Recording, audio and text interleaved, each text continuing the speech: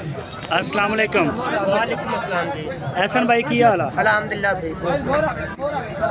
सुनाओ किदा अलहमदुलिल्लाह दुआवां जी। मंडी ਦੇ ਕੀ ਹਾਲਾਤ ਨੇ ਅੱਜ ਕੱਲ? ਮੰਡੀ ਦੇ ਹਾਲਾਤ ਠੀਕ ਹਨ ਤਾਰੇ ਕੋਲ। ਰੇਟ ਵਧਦੇ ਪਏ ਨੇ ਘਟਦੇ ਪਏ ਨੇ? ਹਾਂਜੀ ਹੁਣ ਕੁਝ ਹਾਲ ਰੇਟ ਨੇ ਜੀ, ਹੁਣ ਜ਼ਿਮੀਦਾਰਾਂ ਨੇ ਕਸ਼ਟ ਕਰ ਲਈਏ ਅੱਛਾ ਤੇ ਰੇਟ ਮਾਸ਼ਾਅੱਲਾ ਚੜ ਰਹੇ ਨੇ ਜਾਨ। ਰੇਟ ਚੜਦੇ ਪਏ ਨੇ। ਹਾਂਜੀ ਹਾਂਜੀ। ਸਹੀ ਹੋ ਗਿਆ। ਤੇ ਤੁਸੀਂ ਅੱਜ ਬੜੇ ਥੋੜੇ ਜਾਨਵਰ ਲੈ ਕੇ ਆਏ ਆ, ਕੀ ਤੇ ਗੱਲ ਆਪਣੇ ਕੋਲ ਅੱਜ 10 ਬੱਚਿਆਂ ਦੀ ਲਾਟ ਖੜੇ ਪਿਆਰੇ ਵੀਰ। ਹੈ? ਲੈ ਕੇ ਕਿੰਨੇ ਆਏ ਸੀ? ਲੈ ਕੇ ਆਏ ਸੀ 20 ਬੱਚੜੇ। 20? ਹਾਂਜੀ ਹਾਂਜੀ। ਤੇ ਕਿੰਨੇ ਵਿਕ ਗਏ? 10 ਬੱਚੜੇ ਸੇਲ ਹੋ ਗਏ, 10 ਬੱਚੜੇ ਖਲੋਤੇ ਨੇ। ਅੱਛਾ 10 ਵਿਕ ਗਏ ਨੇ ਤੇ 10 ਖੜੇ ਨੇ। ਹਾਂਜੀ ਹਾਂਜੀ। ਸਹੀ ਹੋ ਗਿਆ। ਅੱਛਾ ਐਸਨ ਭਾਈ ਇਹਨਾਂ ਦਾ ਵਜ਼ਨ ਦੱਸੋ ਪਹਿਲੇ ਤੇ ਦੋਂਦੇ ਖੀਰੇ ਦਾ ਦੱਸੋ ਨਾਲ। ਇਹ ਜੀ 2025 ਦੀ ਕੁਰਬਾਨੀ ਲੱਗਣਗੇ। ਅੱਛਾ ਇਹਨਾਂ ਗੈਸ ਤੇ ਨਹੀਂ ਅਗਲੀ ਤੇ ਲੱਗਣਗੇ? ਅਗਲੀ ਤੇ ਲੱਗਣਗੇ ਯਾਰ 25 ਦੇ ਵਿੱਚ ਤੇ ਯਾਰ 26 ਚ ਲੱਗਣਗੇ। ਹਾਂਜੀ 26 ਦੀ ਕੁਰਬਾਨੀ। ਹਾਂ ਤੇ ਵਜ਼ਨ ਹੈ ਜੀ ਇਹਨਾਂ ਦਾ ਤਾਰਕ ਭਾਈ 1.5 ਤੋਂ 2 ਮਣ ਬੱਚੇ ਦਾ ਵਜ਼ਨ ਹੈ। 1.5 ਮਣ 2 ਮਣ ਮਸਲਾ ਨਹੀਂ, ਯਾਨੀ ਕਿ ਕੋਈ 60 ਕਿਲੋ ਕੋਈ 80 ਕਿਲੋ। ਹਾਂਜੀ ਹਾਂਜੀ ਸੇ ਛੋਟੇ ਬੱਚੇ ਨੇ। ਹਾਂਜੀ ਹਾਂਜੀ। ਤੇ ਨਸਲ ਕਿਹੜੀ ਹੈ? ਨਸਲ ਜੀ ਪਿਓਰ ਚੋਲਸਤਾਨੀ ਹੈ ਬੱਚੇ। ਪਿਓਰ ਚੋਲਸਤਾਨ। ਹਾਂਜੀ ਖਰੀਦਦਾਰੀ ਵੀ ਇੱਥੋਂ ਹੀ ਕਰਦੇ ਹੁੰਦੇ ਆ ਜਾਂ ਕਿਧਰੋਂ ਕਰਦੇ ਆ?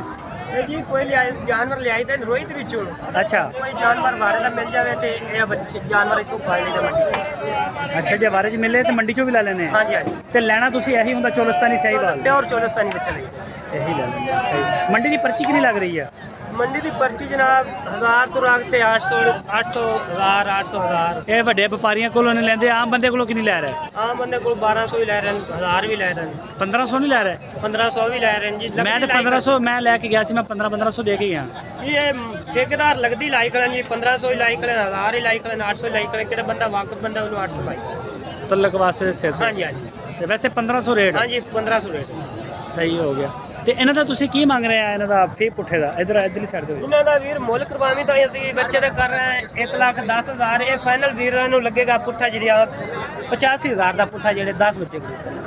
85,000 ਦਾ ਪੁੱਠਾ? ਹਾਂਜੀ ਹਾਂਜੀ। ਤੇ ਜੇ ਵਿੱਚੋਂ ਕੋਈ ਛਾਂਟ ਕੇ ਬੰਦਾ ਕੱਢੇ ਫਿਰ? ਛਾੜ ਕੇ ਲੱਗੇ ਕੱਢੇਗਾ ਤੇ ਜਨਾਬ ਇਹ ਫਰਕੀ ਸਰਕੀ ਮੁੱਲ ਹੋਗਾ, ਜਾਨਵਰ ਦਾ ਮੁੱਲ ਹੋਗਾ ਜਿੰਨੇ ਦਾ ਜਾਨਵਰ ਹੋਗਾ। ਜੇ ਛਾਂਟ ਕੇ ਕੱਢੇਗਾ ਤੇ ਫਿਰ ਮਸਲ ਮਹਿੰਗੇ ਤੋਂ ਮਹਿੰਗਾ ਤੁਹਾਡੇ ਕੋਲ ਕਿਹੜਾ ਇਹਨਾਂ ਦੇ ਵਿੱਚੋਂ? ਮਹਿੰਗੇ ਤੋਂ ਮਹਿੰਗਾ ਬੱਚਾ ਲੱਖ ਦਾ ਬੱਚਾ ਵੀ ਖੜਾ ਹੈ, 95,000 ਦਾ ਬੱਚਾ ਵੀ ਖੜਾ ਹੈ। ਇਹ ਫਾਈਨਲ ਛੋਟੇ ਵੱਡੇ ਪਾ ਕੇ ਨਾ 85,000 ਦਾ ਪੁੱਠਾ ਦੇ। 85,000 ਦਾ ਪੁੱਠਾ? ਹਾਂਜੀ ਹਾਂਜੀ। ਸਹੀ ਹੋ ਗਿਆ। ਚਲੋ ਨੰਬਰ ਦਿਓ ਆਪਣਾ। 0300 ਪੂਰਾ 75 83 461 ਮੇਰਾ WhatsApp ਨੰਬਰ ਹੈ ਜੀ। ਦੁਬਾਰਾ ਬੋਲਿਓ ਨੰਬਰ। 0300 ਪੂਰਾ 75 83 461 ਜੀ।